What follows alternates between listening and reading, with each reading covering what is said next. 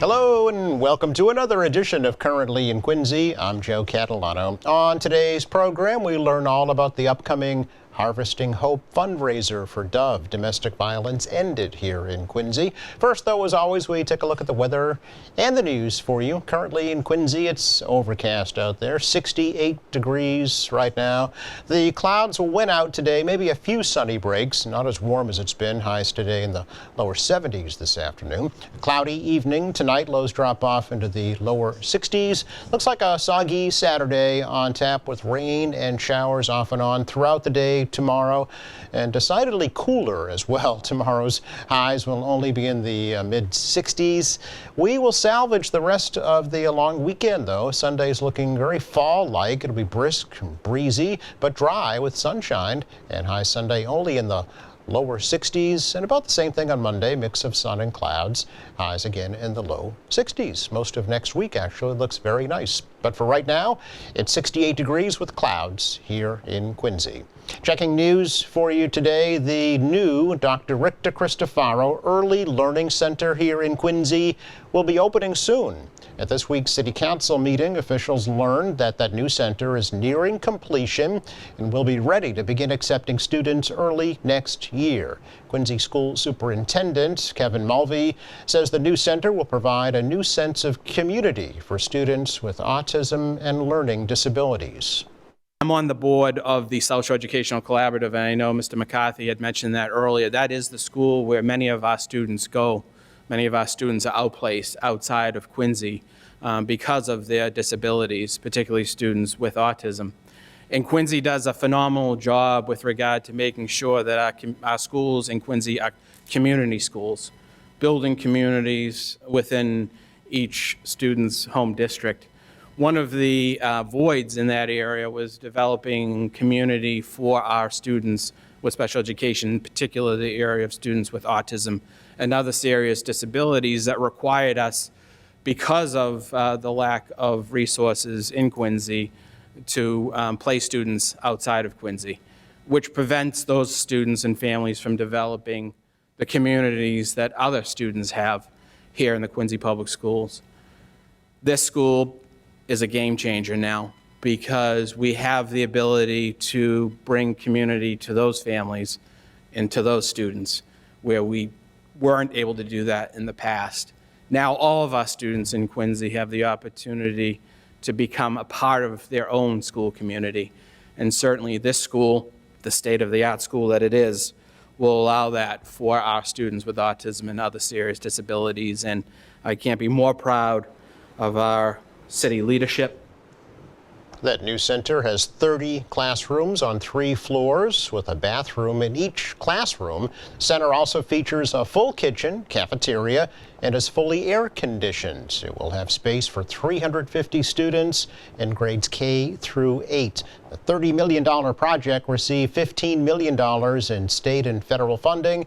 It is expected to save the city $4 million in its first year by keeping special education students in Quincy. A ribbon-cutting ceremony is scheduled for October 22nd at 1 p.m., followed by an open house. Quincy City Council is considering asking the administration to reinstate the Quarry Hills Advisory Committee to oversee the lease that the city has with Quarry Hills Associates to run the Granite Links Golf Course and Function Facility. Councilor at Large Ann Mahoney introduced the resolution this week, saying the advisory committee that was established back in 2002 has been inactive for several years. The original plan for that, we were told when it was being presented to us that it was really just about dirt and moving the dirt and how much dust that was happening up there. But it was really in the lease itself. It was very clear that this advisory committee was for financial oversights and to really be looking at some of the work that's being done there, operationals, plan reviews, and we haven't had one in establishment for quite some time. So I'm just looking for this to be done before the end of the year so that we can make sure that we're paying attention to that 50-year lease, and when and if something else would come back before the council would be better prepared to be able to discuss those things.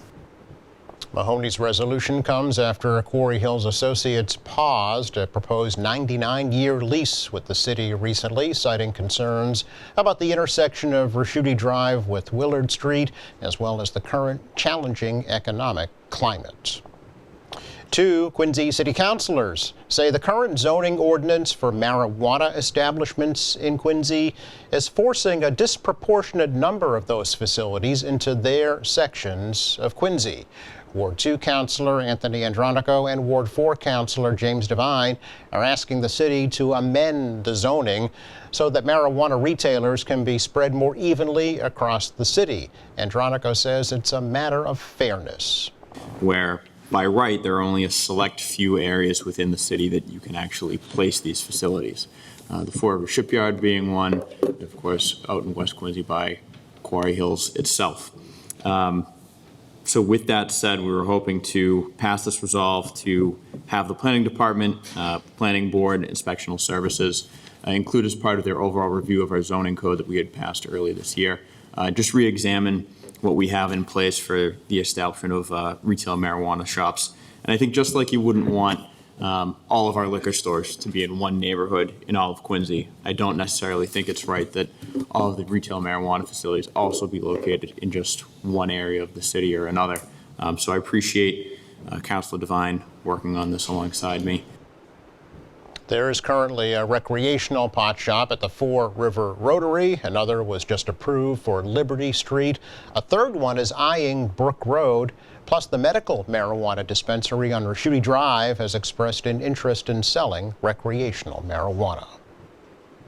The Marina Bay Ferry in Quincy will be extended until the end of November this year. The MBTA says because their ferry services have been so positive this year, they're expanding a number of ferry routes, including the ferry that runs from Squantum Point Park at Marina Bay in Quincy to Boston and Winthrop. Now, the town of Winthrop operates the Valkyrie under a pilot program with the city of Quincy and the MBTA that began back in 2016. The ferry makes stops at Logan Airport, the Seaport, the Aquarium, and Winthrop with a fare ranging from $2.40 to $6.50. The parking is free at Squantum Point Park, and the pier is handicapped accessible.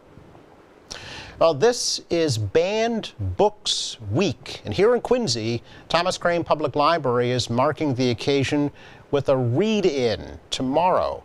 Library Director Sarah Slyman is inviting the public to participate in a Let Freedom Read Day tomorrow by hosting a read-in on the library lawn, if the weather permits, to join in what she says is a celebration of unrestricted reading and take a stand against the banning of books.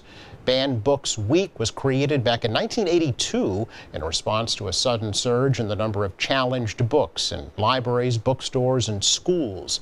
Slyman says the event highlights the value of free and open access to information. Now, participants in tomorrow's read-in can bring their own books or choose one from the library. The event runs from 10 a.m. to 2 p.m. It's free and open to all. It's our check of news for you today. Coming up, Jessica Cohen from Dove Domestic Violence Ended in Quincy is here with information about their Harvesting Hope fundraiser. That's next.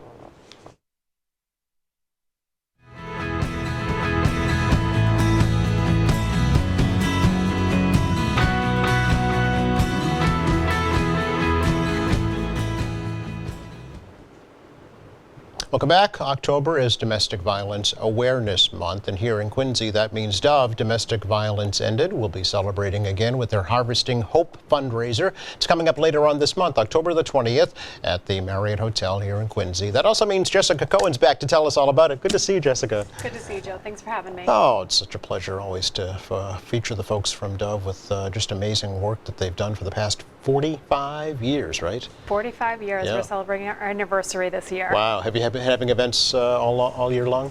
Yeah, we're trying to just build on top of our existing events and have little opportunities to celebrate the 45th anniversary. So we recently designed this really cool retro sticker with a throwback to our original logo, and that's going to be on our website and for purchase at the event. So okay. Finding little ways to tie in and really celebrate 45 years of good work. Yeah. For folks folks who aren't aware, I always like to start with just kind of an overview of what Dove is and what it does. Sure. So Dove is a domestic violence organization. We're based in Quincy, but we serve all of Norfolk County. And the way that we talk about our services is that they're both preventative and responsive. So any individual, Dove is a gender-inclusive organization that is experiencing domestic violence or any type of partner violence, unhealthy relationships, they can come to Dove for an array of services. We have a legal department. We do one-on-one counseling for both adults and children as young as 3 years old.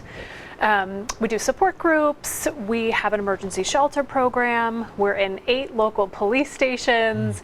And then on the preventative side, we have our Youth Speak program, where we are in local high schools, middle schools, and working with young people and youth organizations to really raise awareness about domestic violence and sort of stop those unhealthy relationships before they might happen. Right. Have you been successful, would you say, at that mission? Well, I think our name Domestic Violence Ended might have been a little ambitious. And, you know, I think while that might be ambitious, I think just to speak to a minute about the prevalence of domestic Please, violence. yeah. Statistically, 1 in 4 women and 1 in 7 men and 1 in 3 LGBTQ identified folks will experience extreme physical violence in a relationship. And at Dove, we know that domestic violence is not just physical, it's financial, it's emotional. And so we really have an uphill battle. And part of what we do at these events is really try to raise awareness and let the community know that it's going to take all of us to really stop and interrupt domestic violence. Sure. Are there certain indicators or warning signs, red flags, if you will, that folks in a relationship should be aware of when it comes to domestic violence? Yeah, definitely. So in our Youth Speak program, we work with young people to really identify red flags. And through all of our programs at Dove, we do a lot of community outreach and talk about the warning signs or things that might come up. But I think the thing that's important to know is that you can't identify an abuser by looking at them. They're charming, they're charismatic, they have this public persona where, you know, the intention is that no one would believe you, not them. And that domestic violence happens over time. It doesn't happen on a first date. No one would go on a second date if there was violence on the first date.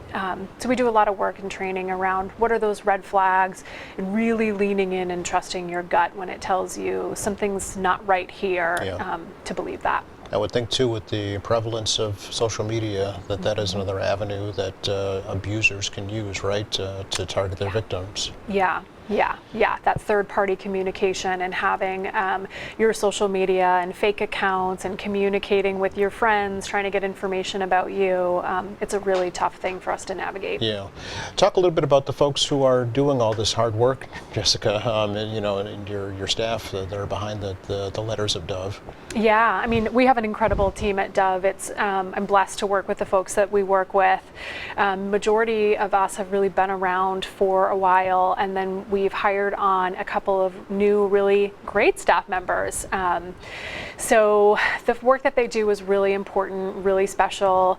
We're actually honoring one of our staff as our pillar of hope, not to jump too far ahead, but I'm really grateful for the work that the team does every day. Yeah. There is a new interim executive director at Dove.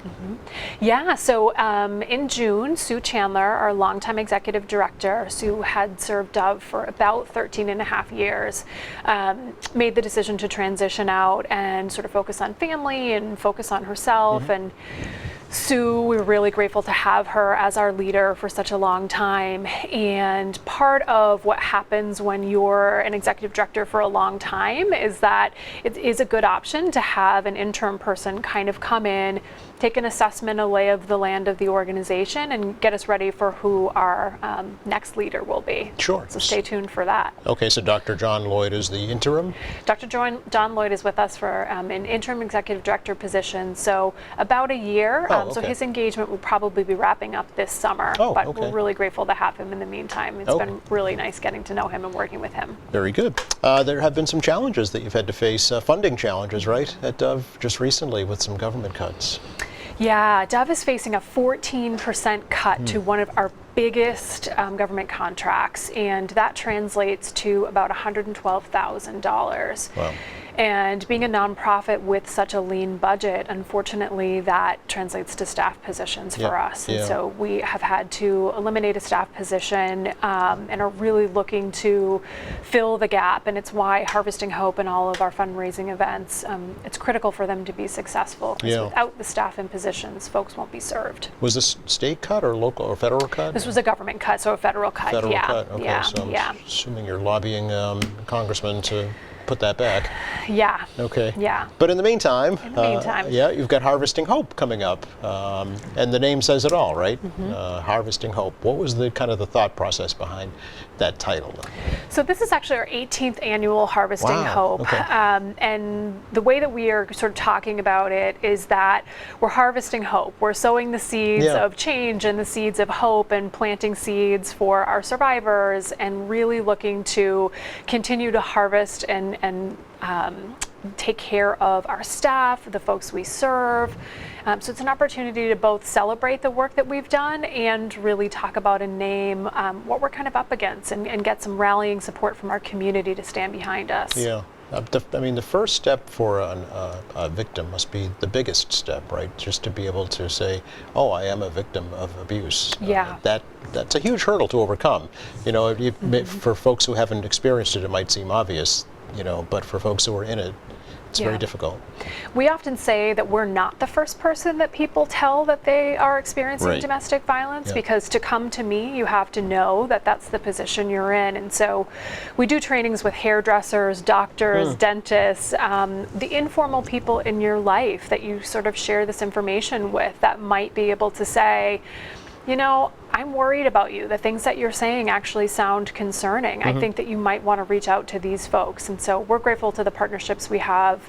In my doctor's office, there's always signs on the wall for Dove, and I thank them every time I see that, because it's really critically important. Yeah, and that's a good point too, is that the training, the work that you do is not only for victims, but for their families, right, and their friends, and folks who are witnessing it, but might not know what to do about it, or be hesitant to intervene, right?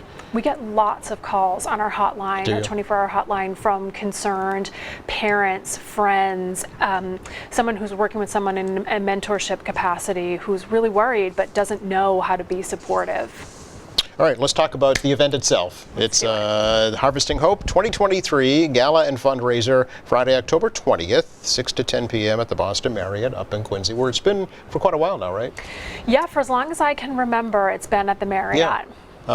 6 to 10, and again, it's a Friday night. What's going to be happening? So Friday night, you're going to come to the Quincy Marriott. Our tickets are still on sale on our website. We're doing really well with ticket sales this time around, but there are still some tables available. Folks will have about an hour and 15 minutes or so for a cocktail hour, where they'll be able to peruse and bid on our silent auction. You actually don't have to be at the event to bid on the silent auction. That will be online starting Monday, October 16th. Oh, okay. We'll have cocktail hour, so there's past hors d'oeuvres, there's past wine, there's a cash bar, we have silent auction, lots of different revenue generators. We've got a wine pull for $25. You can choose a bottle of red or a bottle of white. Maybe there's a little prize inside your bag. Oh, okay. Odds are good there's a prize inside your bag, as the person who's stuffing the bags. And we've got a live auction, an incredible program where we're honoring 2 pillars of hope, and we're also featuring our survivor story. So there'll be a video featuring one of our survivors. Okay, good for that person. That's incredible, yeah. Yeah. So here's the fun part, Jessica. What's for auction? What's for raffle?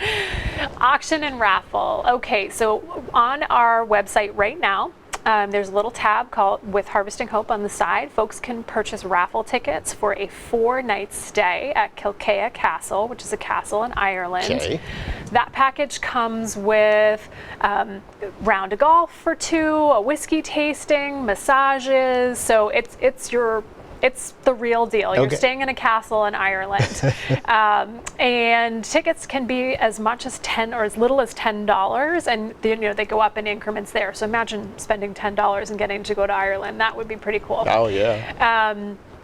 And our live auction this year, we've got about 4 different things that we have, and we're really excited about them. We have a home makeover package. So our friends at Troop Waste have given us a dumpster again. And we're packaging that with 4 landscaping folks, so you'll have a full crew for Wow. the day, Okay. professional interior in organizing services Yep. to kind of declutter your home, get you ready for the holidays. We've got private Fuji dinner again Wow. from our folks at Fuji West to Chestnut. Excellent. Chef Liang is always a huge supporter of Dove. We really appreciate that. So, wow, yeah, that's great. They're celebrating their 25th anniversary actually this year. Yeah, okay. Well, they're babies, 25. And then we have connected with someone, actually, her name is Emily Copeman. She has a home in Hull called the Salty Daughter, and they're being featured on the Magnolia Network on October 13th. So it's a long weekend stay in Hull in this gorgeous bungalow that's been renovated. 12 folks can stay there.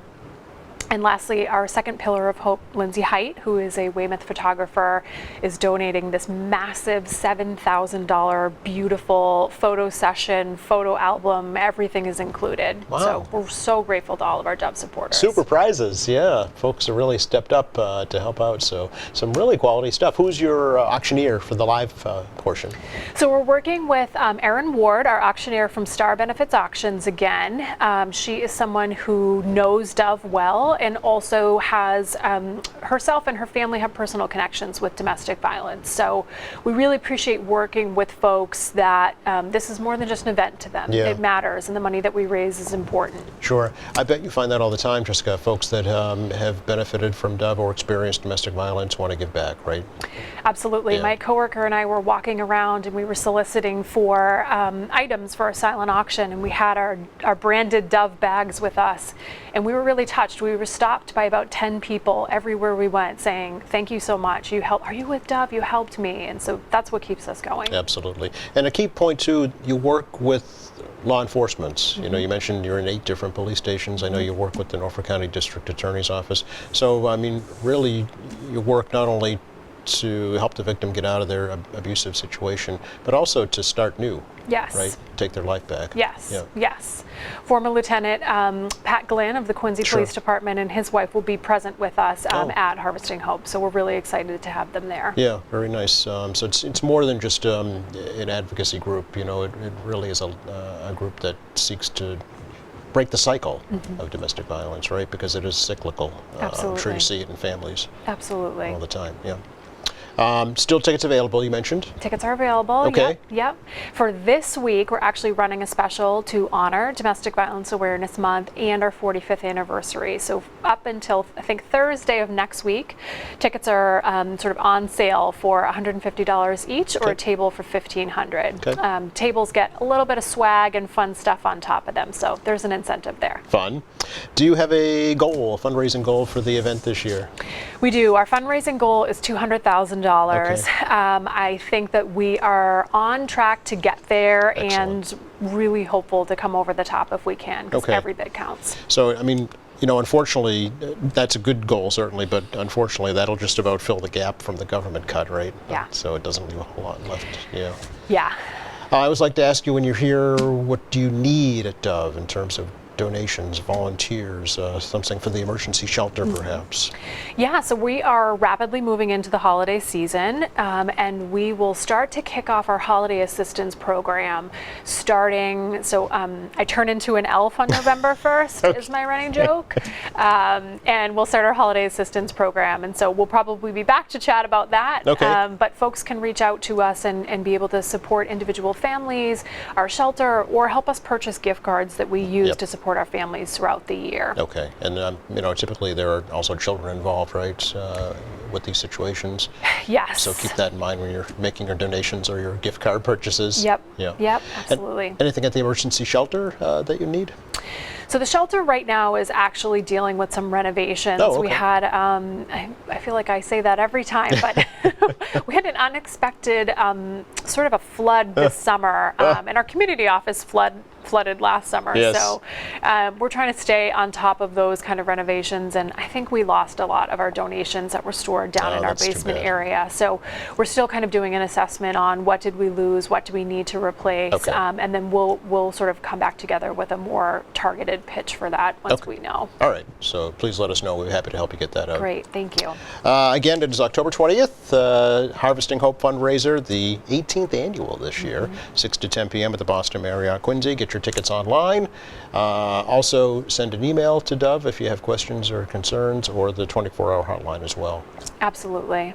Anything else we should let folks know about right now, Jessica? No, I think that's it. All right. Thanks for coming by, and I hope Thanks you for have a having me. great event. You're very welcome. Thank you. Just enough time to check the forecast for you for the rest of the day today. It should stay dry, although the clouds, I think, are going to win out. Maybe a few sunny breaks here and there, but temperatures only in the low 70s this afternoon, down to the mid 60s this evening. And then we kind of break up the long weekend with a wet one tomorrow, often on rain and showers throughout the day. It'll be much cooler than it has been. Temperatures tomorrow only into the mid 60s. Sunshine returns on Sunday, but the feel of fall definitely in the air. There'll be a crisp wind blowing, temperatures only in the low 60s, and a mix of sun and clouds right on the holiday Monday with highs again in the low 60s. Thanks again, Jessica Cohen, for joining us today from Dove. Domestic having me. Violence Ended. You're welcome. Thanks to our crew. Thank you for watching. We are off on Monday, by the way, for the holidays, so join us next Friday. Don McCaslin's coming over from the Blue Hill Weather Observatory and talk about their recent $2 million renovation. Meantime, check our website. It's qatv.org. You'll find our latest programs, news and information, video on demand, live streaming, and much more. For all of us here at QATV, I'm Joe Catalano. Have a great week. Good job.